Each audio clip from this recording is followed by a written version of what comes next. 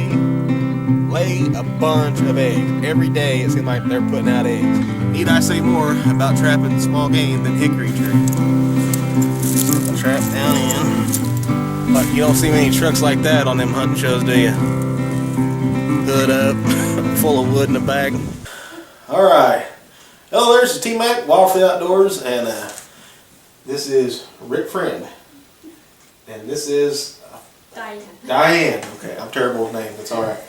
And they are from Friend Knife Making, which is the knife I carry.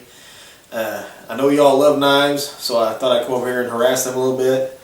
And they don't also do knives. Rick, he's the knife smith, but Diane does a lot of leather works. And but first of all, let's get into the knives, and then we'll take you all out there and kind of show you his setup. What we got here? What are you showing off here? We got a Damascus blade here. I make my own Damascus. This one's got a Damascus guard with a red oak handle. I know Damascus is very popular nowadays. It is. What makes it so popular? Is it just the look, or? I think more or less the pattern in it. Yeah, the look of it probably makes it, and it's a little tougher. Is it sharpening just as easy? It sharpens real well. Okay, it holds an edge. All right, so it depends on the metal you use in it. You know, if you use high quality metal in your knives, well, then you're going to get a high quality product. Right. Now, are these full tang, or? This is what is called a hidden tang. Hidden tang? Yeah, it runs about the width of my hand, about 4 inches. Okay. Down through here. And this is you said this is red oak? That's red oak burl. Oh, that's some pretty red oak. And brass, you use brass fittings? Brass pins. Yeah. And of course they all have John 3:16 in them. They do. And is this, what kind of blade is this? That's a Skinner. Just a Skinner? Yeah, basic Skinner. What do you got up here? This one is a full tang, hand forged. Most of my knives are hand forged. I don't hand forge them all because I can't keep up. But that's a good thing. All my boys and most of my hunters are hand forged. They've got this one has got a distilled taper on both ends. Now, I know you do a really mean vine pattern. You don't have one of them today, do you? No, I don't. I sold them all. Sold them all. He does a mean, you do them you hand do the vine pattern in too, don't you? Yeah. And they are beautiful. He ain't got none right now because he sold them all. But I've seen them. They are gorgeous. And of course you got the big buoy up here. The buoy knives. Around here in Oklahoma we call these, probably, I know the Texans do too, but call these hog stickers, but this is a bowie knife. Yeah, it's got a hidden tang, got a nickel silver ferrule with a nickel silver guard, and the blade's right at 8 or 9 inches. I forget now just how long it is. How thick is that? That's right at 1/4 inch, just a hair shy of 1/4 inch on the thickest part. And people like that. A lot of people like that 90 degrees. Mm-hmm. For ferro rods, when they're starting fires, they like that 90 degrees. Right. Apologize for my hands, I was roofing today and I couldn't get this stuff off, but oh yeah, that's a beautiful, beautiful knife. What's the handle on this? That is myrtle wood. Myrtle wood. Alright, that is pretty. That guard's important too. You're sticking, you don't want to slide that hand very on. Important. Especially when they're that sharp, they will cut your fingers off before you know it. Then you got a bigger problem than the hog. And of course, his partner in crime does all the leather work that you see here, this beautiful, beautiful leather work. Man, that's pretty neat. I'll probably get some close-ups on this later.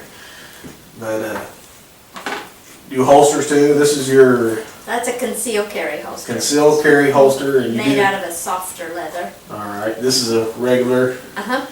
And it's just a thicker, harder. Okay. Right. And this is so when you got it tucked up, you don't hurt yourself or it's uncomfortable. Right, it's more comfortable with the softer leather. What's this for? Well, just a small concealed carry. Probably get a, you can get a 9mm A 9mm in there. will fit in that one, yeah. 380, 9mm. Glock will fit in this one.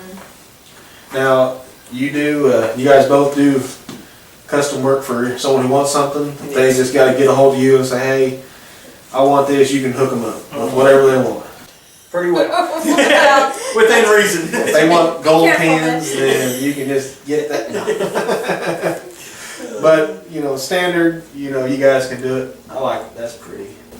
I like that cross in there. We're gonna have to get some close-ups of this. Beautiful, beautiful, beautiful. Oh, there you go, Fred Knife Making, stamped right in it. What we got here? That is just a everyday carry knife. It's kind of On full tang.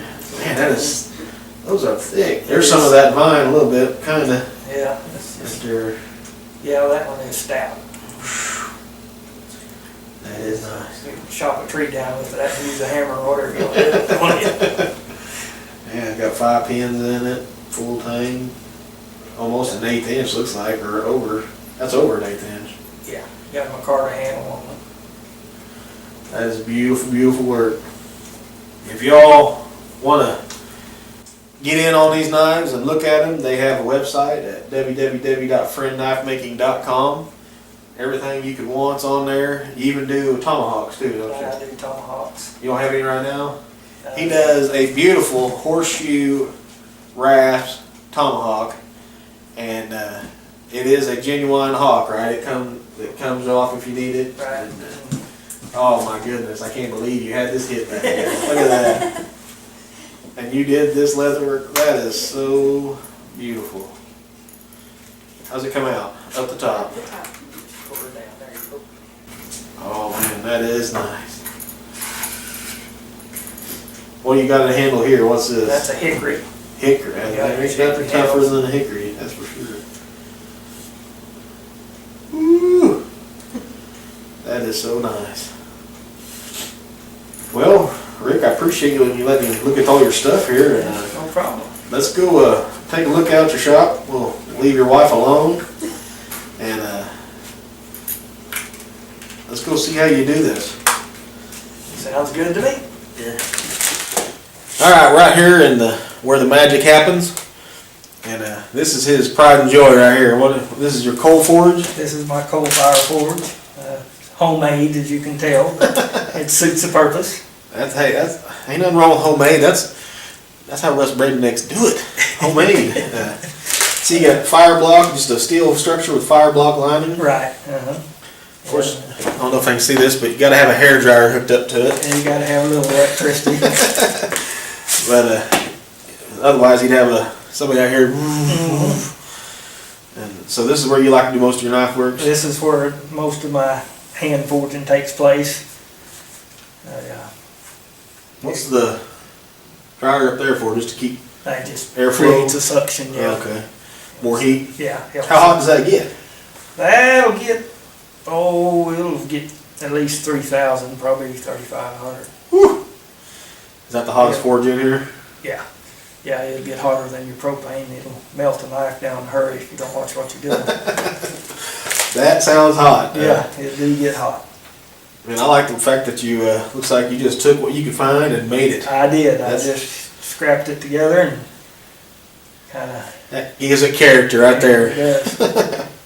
And the hand forged knives, I know a lot of people talking about the hand forged knives people like them because they're just one of a kind usually. I Yeah. mean, you really can't get the same thing twice out of there. And the process you go through hand forging them makes them a better knife, I think. And it, How many folds you put in a knife sometimes? I go anywhere from about 200 to up to 500 on my Damascus. All right, what's this thing for? This is what I use after I make my Damascus. Well, I'll take this and I'll use a hand grinder and take the scale off. And then I'll use this it gets it dead flat. Ah, okay. Everything's Keeps it nice and perfectly flat. right. Yeah. Right on. Before I make That looks a knife out technical. of it. It's Lots of wheelie knobs on there. yeah, it's not that bad. It just moves back and forth. Oh, yeah. You got a magnet here that holds it down. Oh, that's fancy. They are just a grinder. Just a knife grinder. Belt grinder? Mhm. Yeah, we use 2x72 belts. And what would you grind there? You take it from getting it perfect there to Yeah, you get it flat there, and then I bring it over here and I'll grind it down to the edge. Oh, put your edge marks Yeah, on it? to the bevel, yeah. Okay. And I heat treat it, and then I come back to these and finish grind them.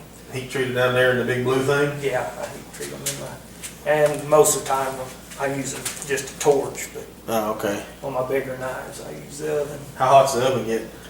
It goes up to 2200. That's pretty hot. Yeah, it'll do anything I Now, want to do. of course, you gotta have hammers. My goodness, look at the hammers. Can't never have too many hammers. They're like knives. You just can't have too many. There's a plenty of them there. Whew. And there's the big anvil. That's the, I know people that would be drooling just seeing that. yeah, that's a 165-pound Pettinghaus. Nice. Then we got this other, got another couple of, I guess those are forges. They are, yeah. This is my small forge. I use it for my knives for hand forging, and this bigger forge I use to make my Damascus in. Ah, It gets up around 2,500 degrees. still can't beat the 3,000 over there, 3,500 there. Right. It's this is a little cleaner burning. Is the reason why I make my propane's cleaner burning than your coal is. Is the reason why I like to use it for my Damascus. Does that affect the slag or? Yeah, it's easier to get impurities in it over in a coal forge than it is here because this burns cleaner. Burns so clean. It just makes it a lot easier to weld together. There you go. Everything's got its place. Everything's got its place and purpose. What's this? This is a power hammer. It takes out some of the arm work. You step on this lever and it Beats the crap out of it, just huh? beats the far out of Never it. get your finger in that? No, you don't want to. Don't want to. Probably wouldn't come back with much left. Yeah, and these two things there are probably the handiest machines I've got in the shop. Press and the power hammer. Power press. Yeah, that's the press. I use them both in my Damascus. Sure So let's take me through here. You start out with just a piece of metal. I start out with a piece of metal, and this is the first billet. You alternate your layers of metal and your nickel. That's actually going to be a knife. Yeah, when you get, You pound that. you'll draw that, forge weld it together, and I'll draw it out to about of a 1/4 inch thick. Holy cow, you're kidding. It'll run out there, 30 inches or so long. That will be a knife. That'll be a knife, and about 1.25 inches wide. Wow. And then that's That's a lot of stuff. That's a lot of steel packed in together. That's about 40 layers there. I'll draw that out, and then what you do, after you get it drawn out, well then you take it back and you cut it in pieces, however, Knives you need. how many of your layers you want. You cut it in pieces and then you restack it just like that again. Oh, And you forge weld it back together. how many times you got to do that? It just depends on how many layers you want. Ah. I think that one starts, I think that's 40. So I'd probably draw it out and fold it 5 or 6 times, which would give you 224, 240 And that's just layers. build strength every time. Yeah. Wow, that's amazing. Yeah, the finer the pattern, well, the better it is. And the nickel gives it that nice Right. little swirl in there. The nickel is what You you, can't- see the lines. And You can't really pattern that either. That just happens. You can't. you Oh, can is make there? different patterns. Oh, okay. Most of mine is just random. I like random because you never know how it's going to turn out. But I've got different patterns that I make that. Huh. I had no idea about this. That's amazing. That's cool. And then you go from that to You take that and then you go to the forge with it. And like I said, heat it and then you get it up to a welding heat. I use a press first. press it. Press it down just so thin, and then I'll use the hammer usually to draw it out the rest of the way. Ah, wow. I had no idea. Anneal it and So this right here is how many layers? 416. 416 layers. And is this for anybody special? Did they want this? Yeah, You get- it's a custom order knife. So if someone gets hold of you and says, hey, they kind of tell you over the phone or come and see you. What they want, either come see me or draw me a picture, or what they want, or look on the website, and if they see one they like, well, say I want one like that. Do you enjoy the custom jobs? I do. Wow, that's amazing. And that's, of course, looks like a full tang knife. Yeah, it'll be full thing. Finger hole will be there. How you gonna put that hole in it? I use a drill. A drill. Mhm. No laser, no plasma cutter, nothing like that. No, Just just drill it. Old hillbilly drill. I like it. That's pretty neat. Man, 416 layers. I never even thought about that before. I just thought they took a piece of metal and kept folding it into each other. Yeah.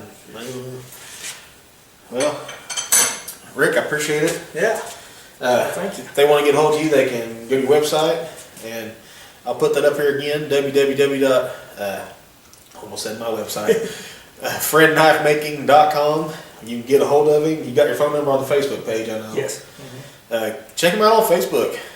They post stuff there all the time of the new things that they do, they make, and if you like it, call him up, give him a ring, tell him what you want. Can they email you? They can. What's your email? Rick@friendknifemaking.com. Is that on your contact? Is that a contact page on your website? Okay, they got a contact page on the website, and I tell you what, guys, quality knife. I've had that, my friend knife, since we first met and whatever back in whenever 2011, I think, or so, and 4 years ago.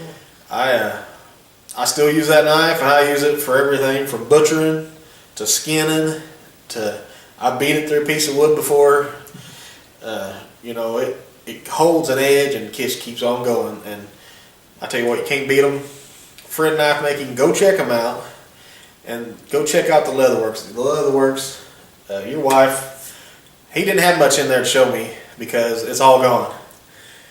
It's sold. But she does custom leather orders. She does. It don't even have to be your knife, does it? No. She'll build a sheath for whatever. If you got an old knife you like and you want a brand new sheath, give him a call, and prices, just ask him and he'll price you something. And do you ship them out, I guess? Yeah. Just ship them out. Ship them to them. Tell you what, you can't beat it. Friend Knife Making, go check them out. This is T-Mac. God bless y'all. Love you. I'll see you next time.